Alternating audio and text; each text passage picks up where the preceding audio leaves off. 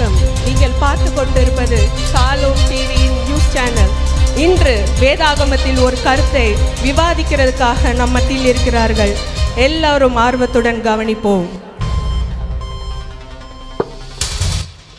Hi, hello, welcome. இந்த லைவ்ல நம்ம விவாதிக்க போற தலைப்பு இன்டர்நெட்லயே வைரலா போயிட்டு இருக்க ஹேஷ்டேக் திறக்க போகுது வானம் பாதி பேத்த காணோம். இந்த நேரொலியில நம்ம கூட இணைஞ்சிருக்கிறது இயேசுவின் பிரியமான சீசனான யோவான்,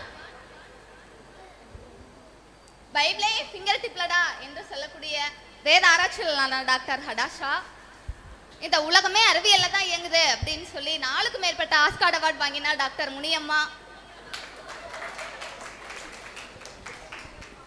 உலகத்தின் முடிவை பத்தி பேசிட்டு இருக்க இந்த நேரத்துல உலகத்தின் ஆரம்பத்தை பத்தி ஆதியாகமம் சொல்றது உண்மையா பொய்யா? கடவுள் இருக்காரா இல்லையா? பைபிள்ல சொல்லிருக்கலாம் உண்மையா பொய்யா? ஆராய்ச்சியாளரே, உங்களுடைய கருத்து? ஏம்மா, ஆராய்ச்சியாளர் இருக்கிறது பதில சொல்லுங்க. சரி, அதெல்லாம் விடுங்க. ஆமா, இந்த ஆதியாகம்னா என்ன? அட என்னங்க சயின்டிஸ்ட், அதான் உலகம் உருவானதை பத்தி தான் கேக்குறாங்க. இதுல நான் சொல்ல என்ன இருக்கு? எல்லாரும் சின்ன வயசுல இருந்து படிச்சுட்டு வர்றது தானே. இந்த உலகத்துல இருக்க எல்லாம் ஒரு செல் உயிர்ல இருந்து தான் உருவானுச்சு. மனுஷங்க குரங்குல இருந்து தானே வந்தாங்க. இது எல்லாத்துக்கும் தெரியும் தானே. இதெல்லாம் ஒரு பரிணாம வளர்ச்சி தான். அடேங்க அப்பா, என்னம்மா பேசுறாங்க? இவ்வளோ பேசுறீங்களே டாக்டர் முனியம்மா, உங்களை பார்த்து ஒரு கேள்வி கேட்குறேன். கோழில இருந்து முட்டை வந்துச்சா இல்ல முட்டையில இருந்து கோழி வந்துச்சா? என்ன ஒரு கேள்வி எப்படிலாம் சமாளிக்கிறாங்க பாத்தீங்களா? பதில் தெரியலல்ல. If there is a creation there must be a creator. கடவுள் தாமா அந்த பூமியை உருவாக்குனாரு. ஆமா, அவர் சொல்றது சரிதான். பைபிளை தவிர வேற எந்த புக்கிலையும் உலகத்தோட தோற்றம் இவ்வளவு துல்லியமா விவரிக்கப்படல. கடவுள்னு ஒருத்தர் இருக்காரு. பைபிள்ல சொல்லப்பட்டவர் தான் உண்மையான கடவுள். பைபிள் உண்மைன்னு சொல்றீங்க, பைபிள்ல சொல்லியிருக்கலாம் உண்மைன்னு சொல்றீங்க, எல்லாம் இப்ப நடக்குதுன்னு சொல்றீங்க. ஏசப்பா திரும்பவும் வருவாருன்னு சொல்றீங்க. அவர் எப்ப வருவாரு, எப்படி வருவாரு, நாங்க எப்படி தெரிஞ்சுக்கிறது? யாருமா அது சொன்னது?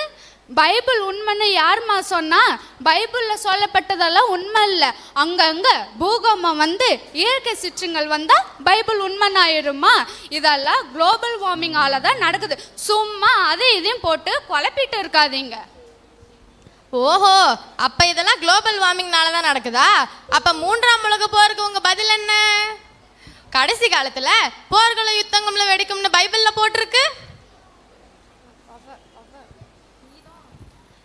நீங்களே தானே சொன்னீங்க இது 3ஆம் உலக போருன்னு. ஏன் முதல் இருந்த உலக போர்ல ஏன் கடவுள் வரல? இதுக்கு உங்களுக்கு பதில் தெரியுமா? பைபிள் ரிசர்ச்சர் சொல்லுங்க. புரியாம பேசாதீங்க. பைபிள்ல சொல்லப்பட்ட எல்லா அடையாளங்களும் ஒட்டுமொத்தமா சேர்த்து இப்ப நடக்கிறது உங்களுக்கு தெரியலையா? யோவான் சார் இருங்க, நம்ம ஆள் இப்ப பேசும் பாருங்க. அட என்னம்மா நீ, இவங்களெல்லாம் விடுமா. ஏசப்பா எப்போ வருவாங்கன்னு நான் உங்களுக்கு சொல்கிறேன். பைபிள் எல்லாம் சொன்னதை வச்சு பார்த்தா ஏஐ டெக்னாலஜி வளர்ந்து 3ஆம் உலக போர் முடிஞ்சு எப்படியும் ஒரு 200 வருஷம் கழிச்சு தாம்மா வருவார். அதுவும் இல்லாமல் அட்வான்ஸ் ஏஐ டெக்னாலஜி வச்சு ஏசப்பாவை அங்கே பார்த்தா இங்கே பார்த்தான்னு ஊரே கிளம்பி வந்துடும். ஆனால் இதெல்லாம் உண்மை இல்லைம்மா. எப்படியும் ஏசப்பா வர ஒரு 200 வருஷம் ஆகுமா? அப்படிலாம் இல்லை. ஏசப்பா நினைச்சா இப்போ கூட வரலாம். இதை பற்றி என்னோட க்ளோஸ் ஃப்ரெண்டான பேதுருவே எழுதியிருக்காரு. நம்ம மனம் திரும்பணும்னு தான் அவர் வெயிட் பண்ணுறாரு. ரகசிய வருகையில் அவர் கூட போயிடணுமா? இல்லைன்னா நிலைமை ரொம்ப மோசம் ஆகிடும். மோசமாவா? அப்படி என்ன மோசம்? ரகசிய வருகைக்கு அப்புறம் உலகம் எப்படி இருக்கும்னு நினைச்சாலே ரொம்ப பயமா இருக்கு. ஆமாம், அந்த நாட்களில் சூரியன் அந்தகாரப்படும், வானத்திலிருந்து நட்சத்திரம் கீழே விழும், கல்மலையும் நெருப்பு தள்ளல விழும், நம்ம மேலே ஒரு கொருட அரசாட்சி நடக்கும், மலைகளுக்கும் குகைகளுக்கும் தப்பி ஓடுவோம். ஆமாம் ஆமாம், இதெல்லாம் இருக்குதான். நான் சொல்கிற கணக்கின் படி பார்த்தீங்கன்னா நம்ம இறக்கிறதுக்கு முன்னாடி ஏசப்பா கிட்ட மனம் திரும்பி பாவ மன்னிப்பு கேட்டால் போதும். எப்படின்னா அந்த கல்வாரி சிலுவையில் அந்த சிலுவன் தொங்கியது போல.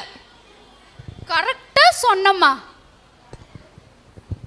அப்படிலாம் இல்லை. ஒருத்தருக்கு முடிவு எப்போ வரும்னு சொல்ல முடியாது. அதனால் இயேசுதான் உண்மையான கடவுள்னு எப்போ தெரிஞ்சுக்கிறோமோ அப்போவே மனம் திரும்பணும். அந்த கல்வனுமே இயேசுதான் உண்மையான கடவுள்னு தெரிஞ்சதுமே மனம் திரும்பணும். யோவான் சார், அப்ப இங்க இருக்க எல்லாருமே ரகசிய வருகையில் எடுத்துக்கொள்ளப்படுறதுக்கு நீங்களே ஒரு நல்ல வழியை சொல்லுங்க பாப்போம். எல்லாருக்கும் தெரிஞ்ச வசனத்தை வச்சே சொல்கிறேன். எபிரேயர் 10:25 சபை கூடி வருதலை சிலர் விட்டு விடுகிறது போல நாமும் விட்டு விடாமல் ஒருவருக்கொருவர் புத்தி சொல்ல கடவும். நாளானது சமீபத்து வருகிறதுன்னு பைபிளில் போட்டிருக்கு. இந்த வார்த்தையில் ஆழமான சத்தியம் இருக்குது. நாளானது எந்த நாள்? ரகசிய வருகை நாள். ஆண்டவருடைய வருகை சமீபமாக இருக்கிறதுனால சபை கூடி வருதில் ஆன்லைன் சர்வீஸு நான் தான் தேவனோடைய ஆலயம் இப்படிலாம் சொல்லி விட்டுறக்கூடாது. மனம் திரும்பி பாவ மன்னிப்பு நிச்சயத்தையும் பெற்று சபையோடு இணைந்திருப்பது தான் அவரோட சித்தம். நீங்கள் இப்போவே மனம் திரும்பி இயேசு உங்கள் சொந்த ரசிகராக ஏற்றுக்கிட்டிங்கன்னா நீங்களும் ரகசிய வருகையில் எடுத்துக்கொள்ளப்படலாம். நீங்கள் எல்லாரும் எல்லாத்தையும் கவனிச்சிட்டு இருக்கீங்க. நமக்கு நிறைய இன்ஃபர்மேஷன்ஸ் கிடைச்சிக்கிட்டே இருக்கு. இந்த டைமில் நம்ம ஒரு ஷார்ட் பிரேக் போயிட்டு வந்துட்டு மீண்டும் நம்ம விவாதத்தை தொடங்கலாம். ஒருவேளை அவங்க சொன்ன மாதிரி கடவுளோட வருகை சீக்கிரமாக வந்துருமோ நினைச்சாலே ரொம்ப பயமாக இருக்குது. அதுதான் அவங்களே சொன்னாங்களே, மாறி மாறி அடிச்சுக்கிறாங்க. 200 வருஷம் ஆகுமா, 300 வருஷம் ஆகுமா? நமக்கு எதுக்கு அதெல்லாம்? லைவ்ல வேற டிஆர்பி ஏறிட்டு இருக்கு. நம்ம வேலையை நம்ம பார்ப்போம். ஏசப்பா, உங்க வருகை இப்ப இருந்தா கூட என்னை கைவிச்சாதீங்க. என்னுடைய பாவத்தை எல்லாம் மன்னிச்சிருங்க. நீங்க தான் உண்மையான தெய்வம் நம்புறேன். உங்களை என்னோட சொந்த ரட்சகரா ஏத்துக்கிறேன். Holy, holy are you, Lord God Almighty. Holy, holy are you, Lord God Almighty. What is the Lamb? What is the Lamb? You are holy, holy are you, Lord God Almighty. What is the Lamb? What is the Lamb? Amen. ஏய், இப்போ இங்க என்ன நடந்துச்சு? ஆமா, இங்க இருந்த reporter யோவான் எங்க போனாங்க? அப்போ இவங்க சொன்னதெல்லாம் உண்மைதான் போல. ஐயோ, நம்ம தான் சரியா புரிஞ்சுக்காம தப்பு பண்ணிட்டோமோ? இப்போ நம்மளும் கைவிடப்பட்டுட்டோமா? ஏசப்பா, எங்களுக்கு ஒரு சான்ஸ் கிடைக்குமா? இதே மாதிரி இயேசுவோட ரகசிய வருகை வந்தா நீங்களும் எடுத்துக்கொள்ளப்படுவீங்களா? அதுக்கு ஆயத்தந்தம்மா. மேகமேதல் இயேசுராஜன் வேகம் வாராரே.